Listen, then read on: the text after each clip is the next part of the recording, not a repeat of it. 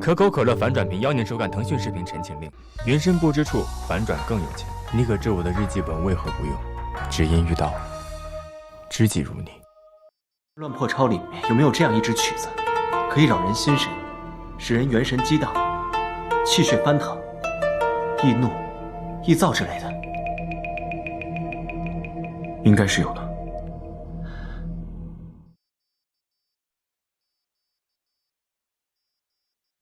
但是如果他借着为赤峰尊弹奏清心玄曲，助他平定心神的理由，连续弹奏3个月，这样的曲子有没有可能像慢性毒药一样，催化赤峰尊的发作？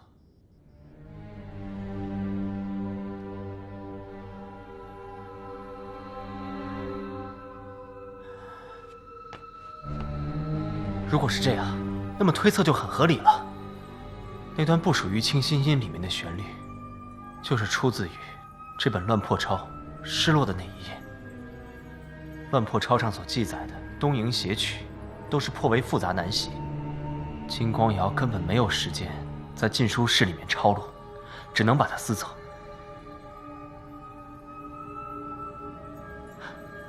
不对，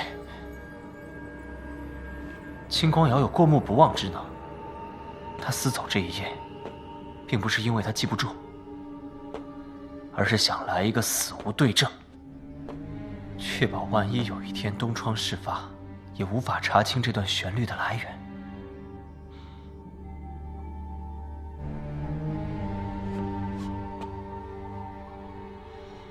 他做一切事情都极为小心谨慎，当着你的面坦然弹奏的是完整版的清心音。赤峰尊并非最新风雅之人，他听过蓝宗主你弹奏的清心音，所以对清心音的旋律有大致的印象。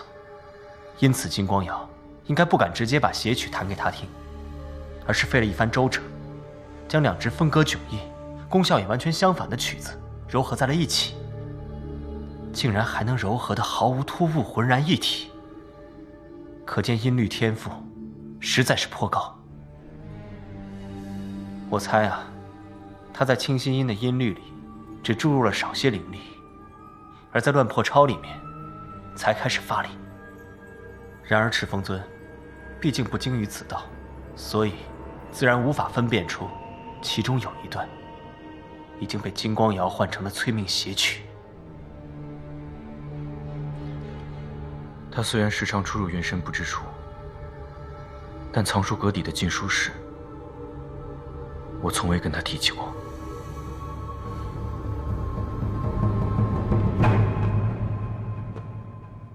蓝宗主，恕我直言，这位敛方尊当年可是在岐山温氏的不夜天城里当过卧底的，而且是一位无比成功的卧底。他连温若寒的密室都能找到，并且神不知鬼不觉地潜入，背下了所有的地图和卷宗，并默写了一份传回金陵台。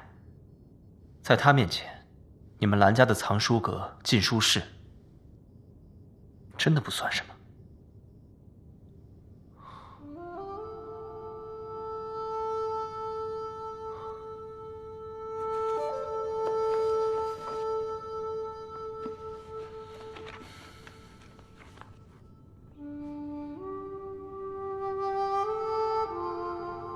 我知道了，我会想办法试试这段残谱的。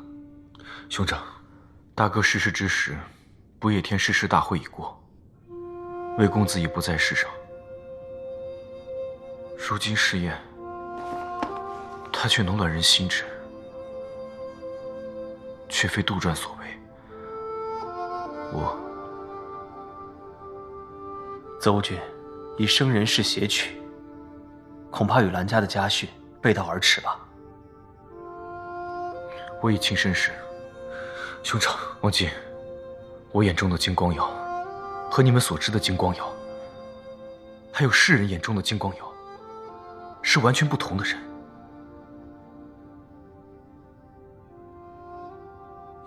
这么多年来，在我心里，他一直都是忍辱负重，心系众生，敬上怜下。我一直都坚信，世人对他的诟病都是出于误解，我眼中的才是最真实的。你们让我现在立刻相信，他在我眼前的一切都是假的，是他设计害死了自己的义兄，我也在他设计的一环里，我甚至还助了他一臂之力。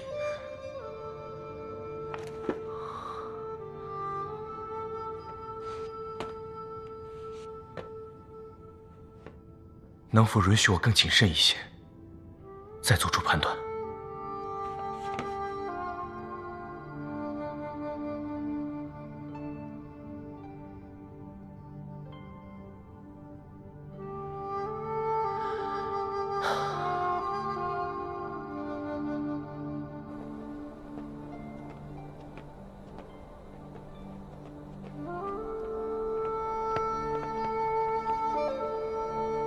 我去见叔父。我带魏公子回去，之后你再过来。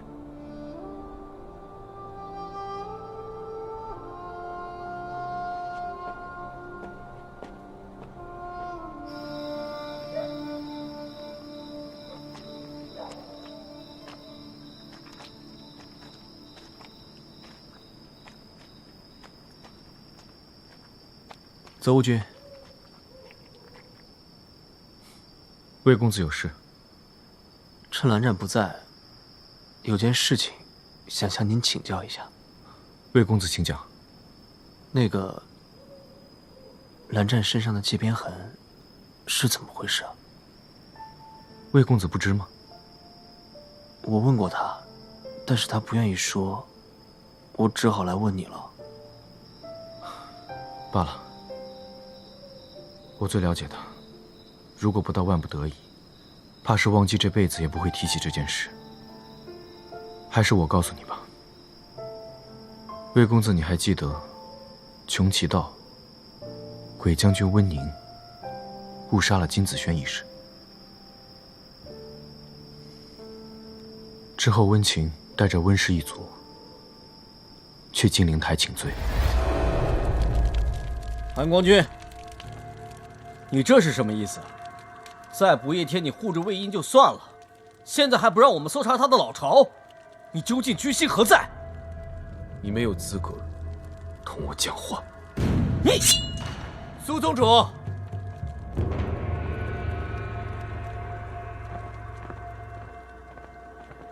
算了吧。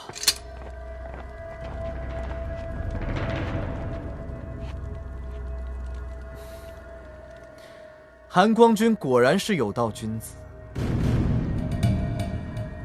既然韩光君不让我们搜，就留伏魔洞一个地方吧。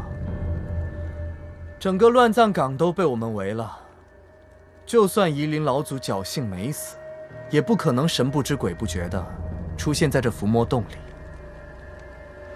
是。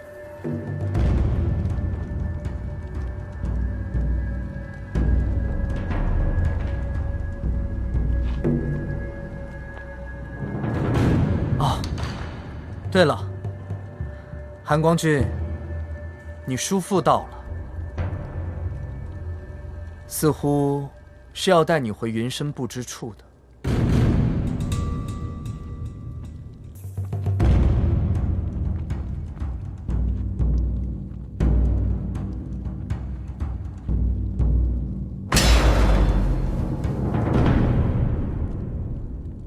乱葬岗上，忘机独排众议，惹出了不少乱子。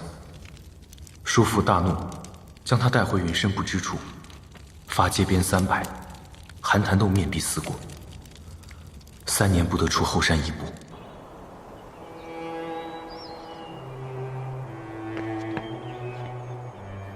给我打！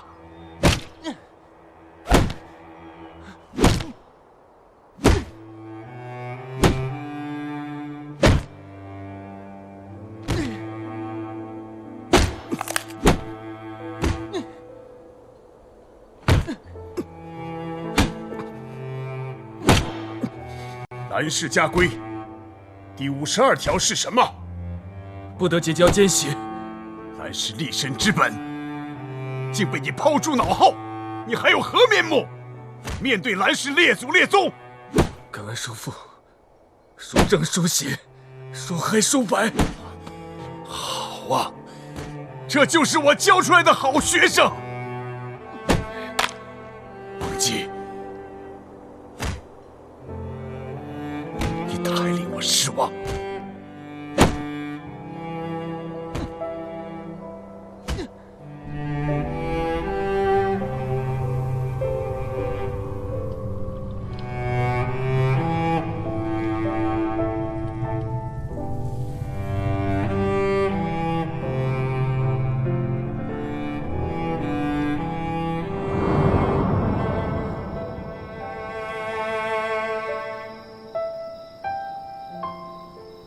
忘记禁闭时，我曾去找他，也曾劝他，但他却跟我说，他既以你为知己，就应该相信你的为人。他又何必？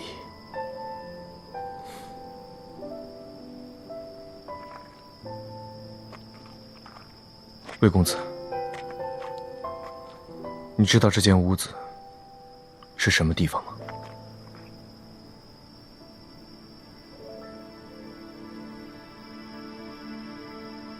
不知道。这是当年我母亲在云深不知处的居所。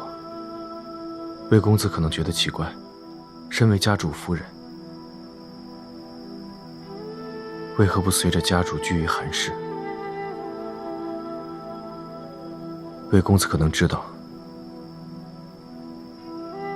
我父亲在世时，常年闭关，不问世事。姑苏蓝氏的事情，几乎都是由我叔父一人打理的。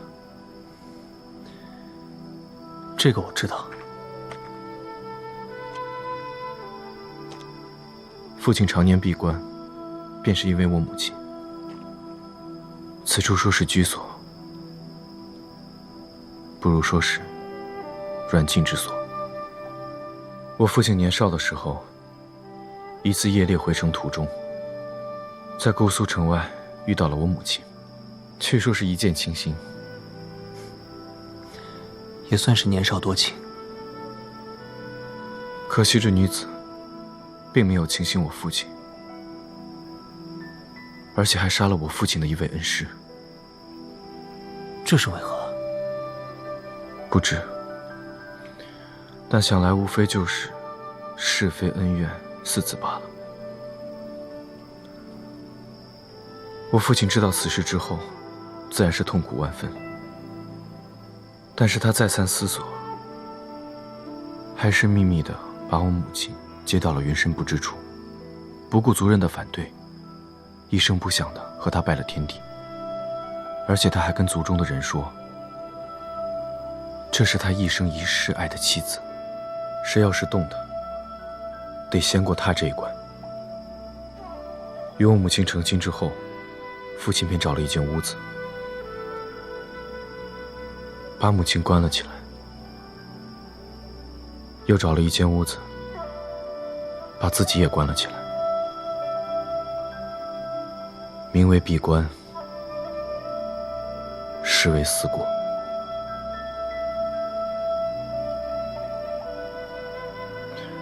魏公子，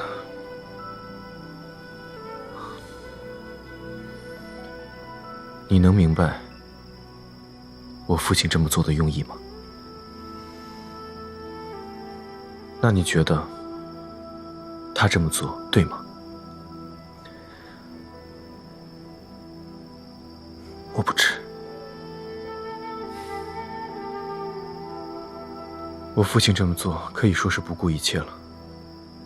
待我与忘机出生的时候，他便立刻把我们两个送出去给旁人照料，等到再大一点，便交给我叔父教导。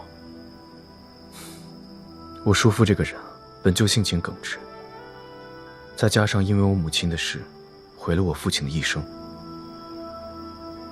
所以叔父日后便是更加痛恨那些歪门邪道、品行不端之人。对我与忘机的教导也是格外严格，格外尽心。每次我有忘记去见他，他从不抱怨自己被关在这里寸步难行有多苦闷，也不过问我们的功课。虽然忘记从来不说，但我知道，他每月都等着和母亲见面的那一日。他如此，我亦然。但是有一天，叔父忽然对我们说：“不用再去了，母亲不在了。”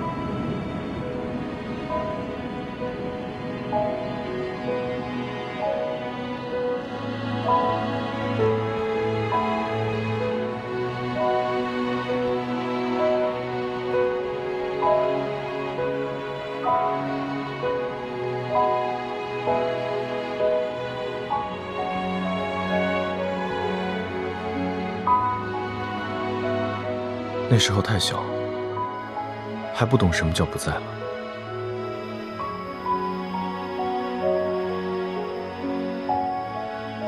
不管别人怎么劝慰，叔父怎么斥责，忘记依然还是会每个月来到这里，坐在长廊下，等着一个人给他开门。等他稍大些，我们都清楚，母亲不会再回来了，也不会有人给他开门，但他还是会来。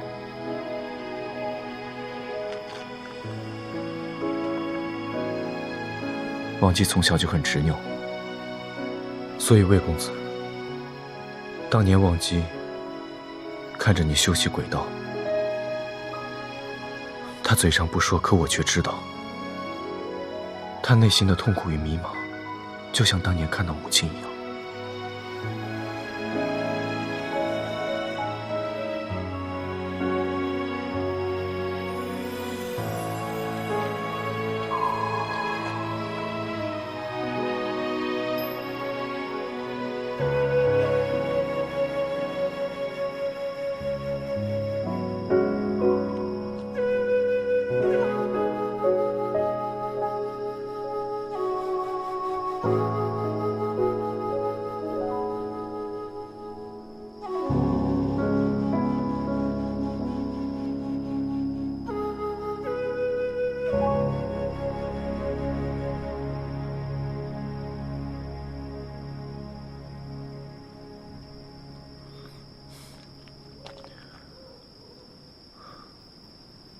我之前也曾劝过忘记，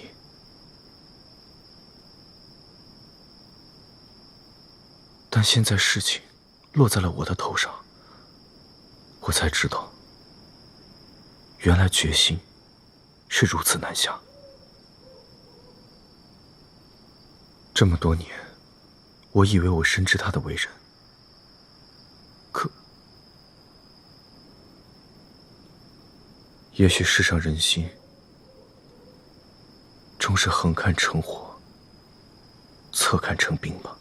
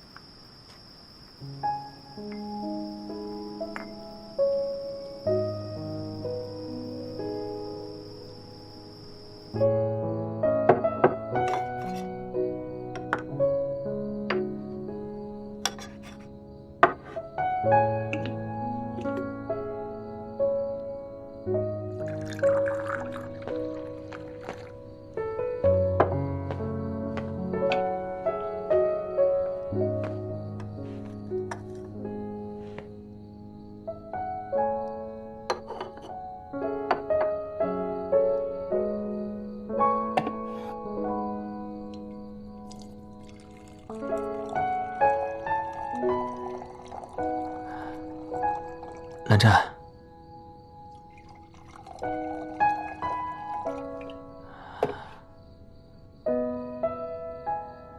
何事？气，哎，叔叔果然太容易了。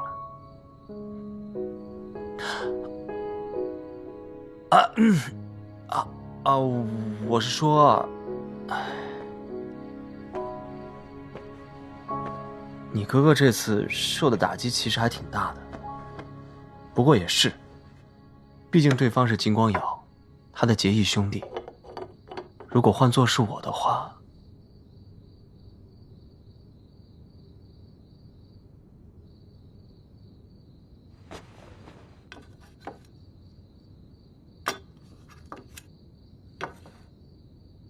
找到证据，他不会姑息。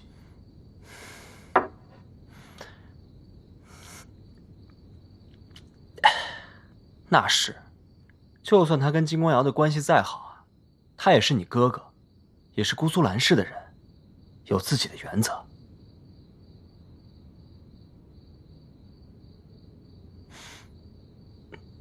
怎么？你没有告诉他？告诉什么？在穷奇道，一声笛音。你知道？我问过温宁，在穷奇道，他听到过2处笛音。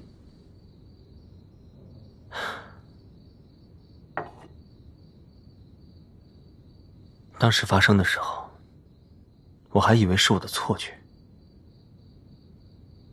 直到在不夜天，我又听到了那么一声，就一声，就那么一声，我当时心神大乱，一切根本容不得我仔细去想，到底是哪里出了问题。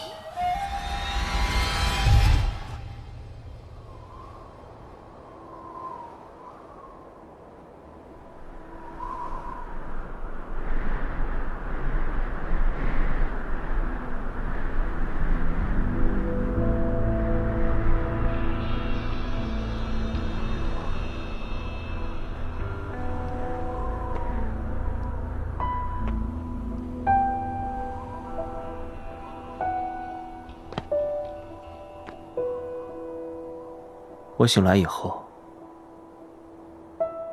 偶尔午夜梦回，我越来越相信自己听到的笛声不是错觉，而且经过今天之后，我越来越坚信这一点。在穷奇道和不夜天，是有人在背后使用乱破招，改变了陈情的指令。是金光瑶。也许是，也许不是。你不想知道答案？刚醒来的时候，我确实很想知道答案。可是现在，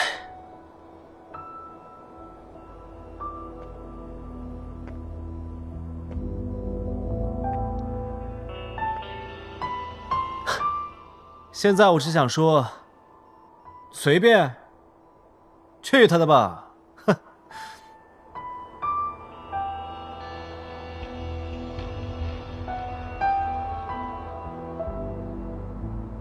蓝湛，其实我真的觉得，我现在知道与不知道，对我来说已经不太重要了。反正在世人心里，夷陵老祖那些坏事情做也做了，就算是我现在跑出去喊100个冤枉，只怕也没有人相信我。其实有的时候，世人只不过需要一个借口而已，或者说一个靶子，一个人人喊打的靶子。有了我，他们就能同仇敌忾，就可以自命不凡。我后来自己也想通了，就算没有金光瑶，没有那声笛音，可能也会有其他的人，其他偶然。说不清楚，说不清楚啊。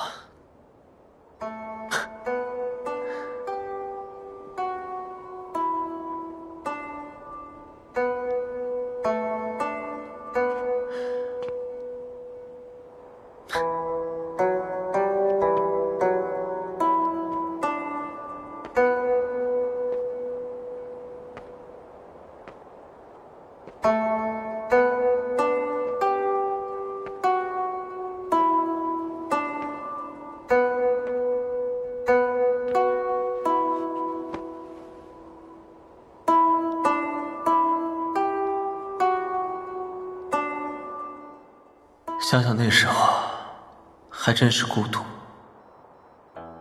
唯一几个相信我的人都死了。温宁、师姐，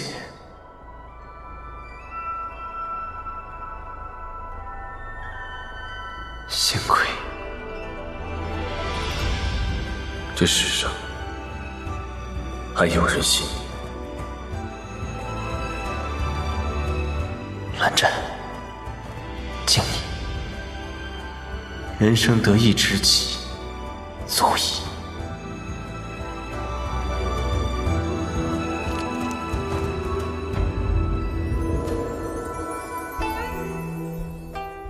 无他，问心无愧而已。管他非我帮我，问心无愧而已。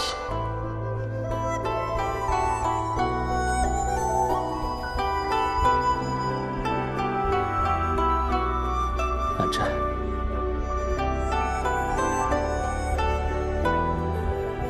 对不起。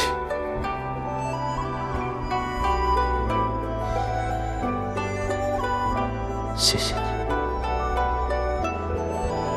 煮一壶生死悲欢起，少年郎，明月依旧，何来长望？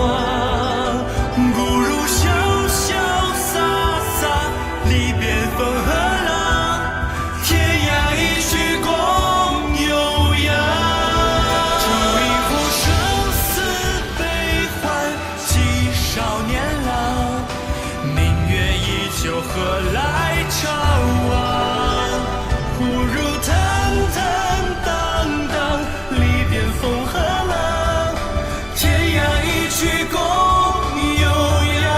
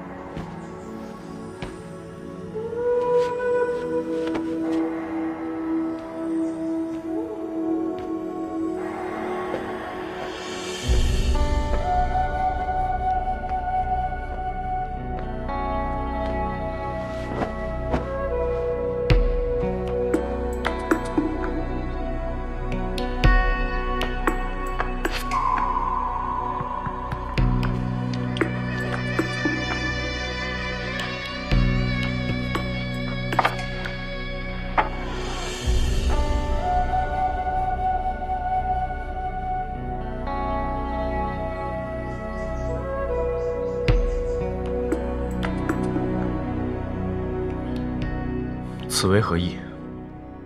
还与二哥。此物我已赠予你。这枚通行谕令许多年来都没有失效过，如今既已失效，便该让它物归原主了。此来何事？这边仍是没有寒光君和夷陵老祖的消息。我不让人排查云深不知处，许多家族已是疑惑重重，很有意义。二哥，若你什么时候方便，还是开门一个时辰，那时我再带人前来应付一番。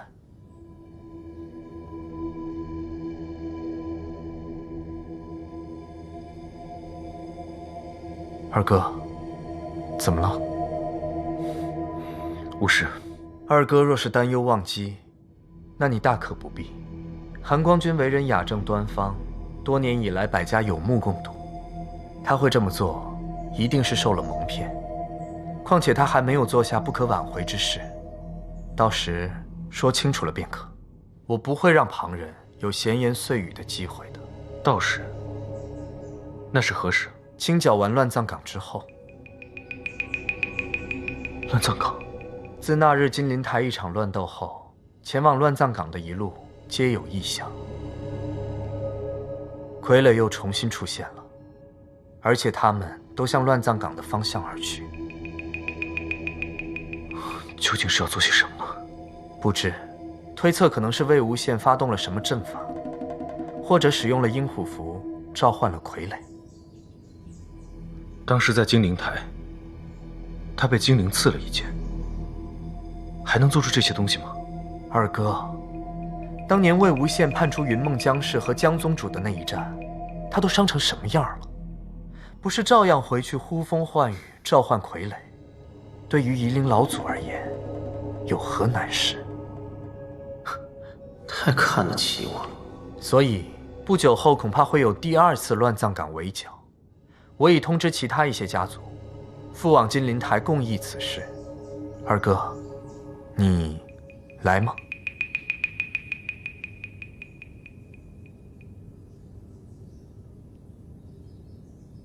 好，你先去外面稍后，随后我与你一同前往。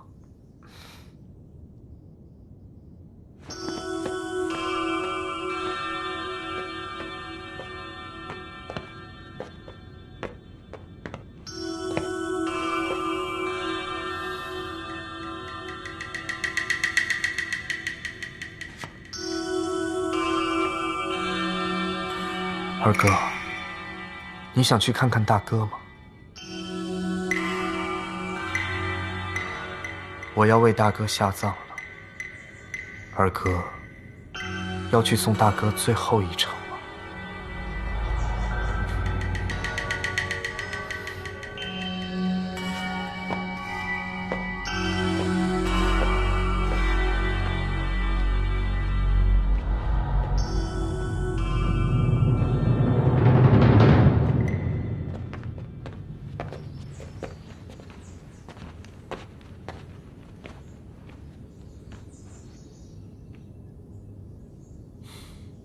我去金陵台，你们去乱葬岗，分头行动。是。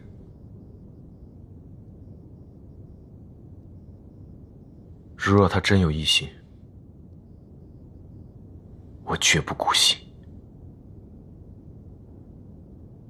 我知。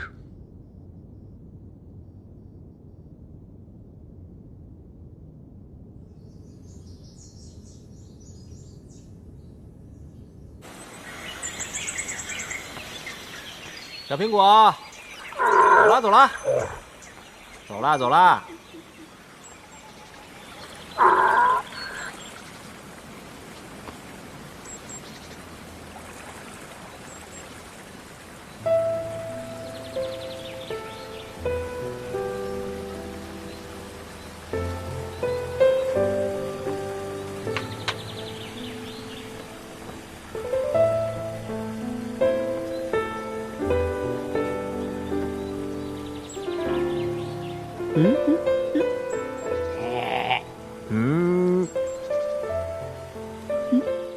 喂，都没反应。你看他们只爱你，他们认主的。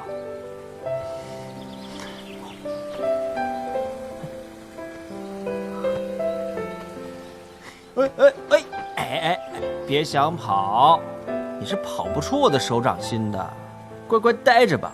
嗯。对了，蓝湛，好奇怪啊，明知道这一趟凶多吉少，但是我一点也不害怕。你说奇怪不奇怪？你说说。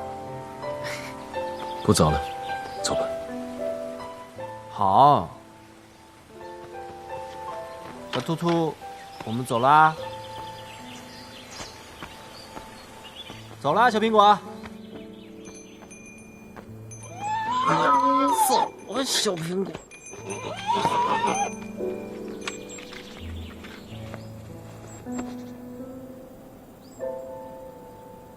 他们都舍不得你啊！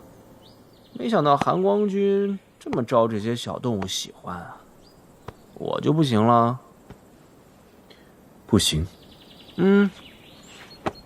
你看啊，这地上走的、水里游的、天上飞的，见到我就跑，是不是啊，小苹果？说话啊，你又不说话，小苹果。哎，韩光君，你等等我。哎呀，走了，小苹果。哎，等等我。走啊，小苹果。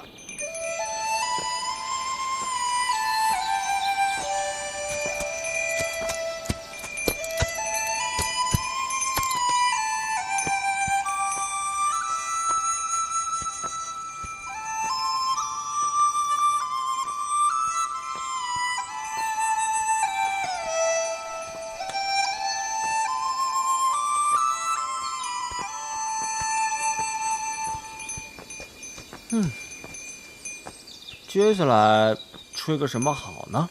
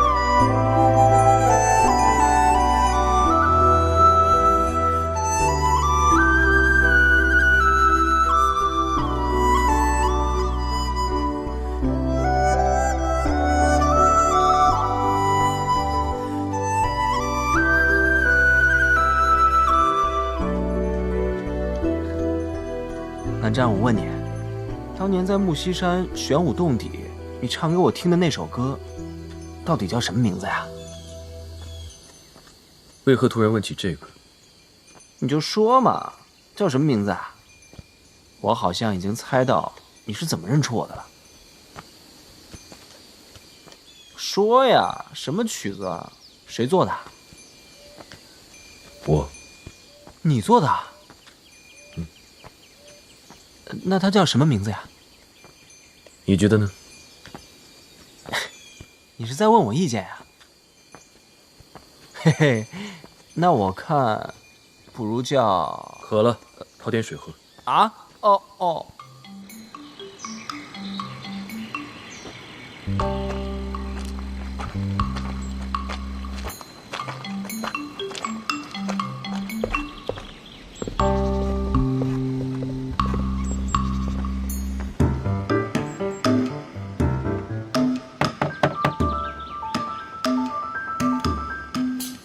哎，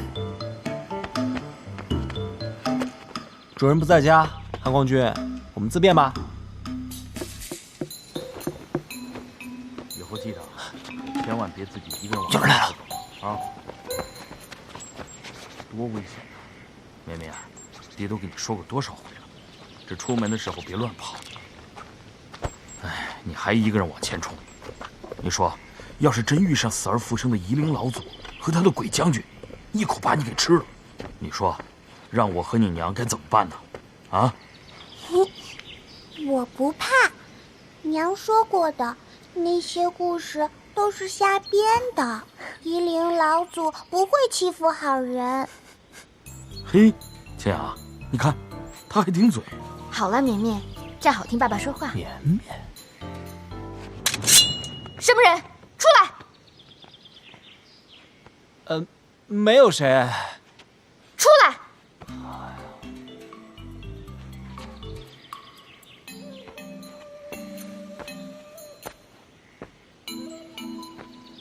韩光君，不管是谁，反正是个人，不是东西。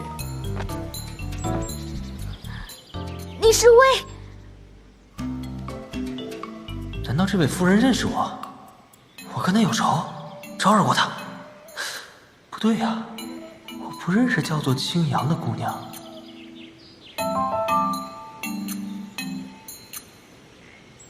绵绵，你是绵绵。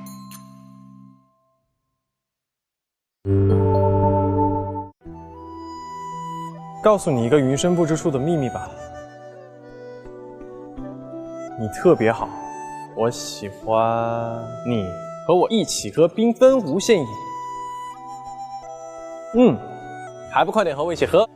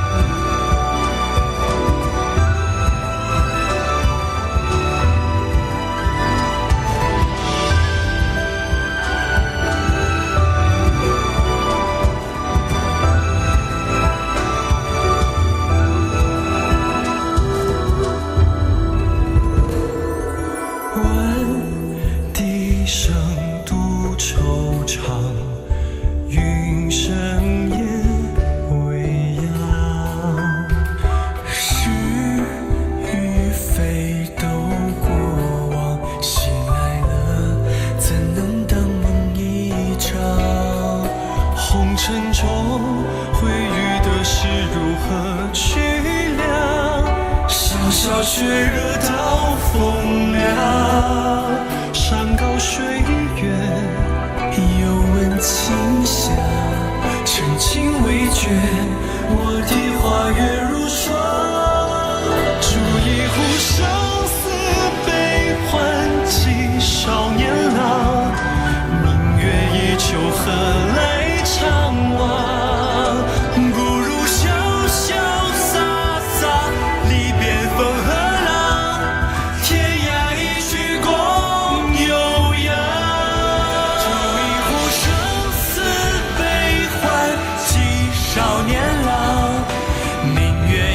又何来？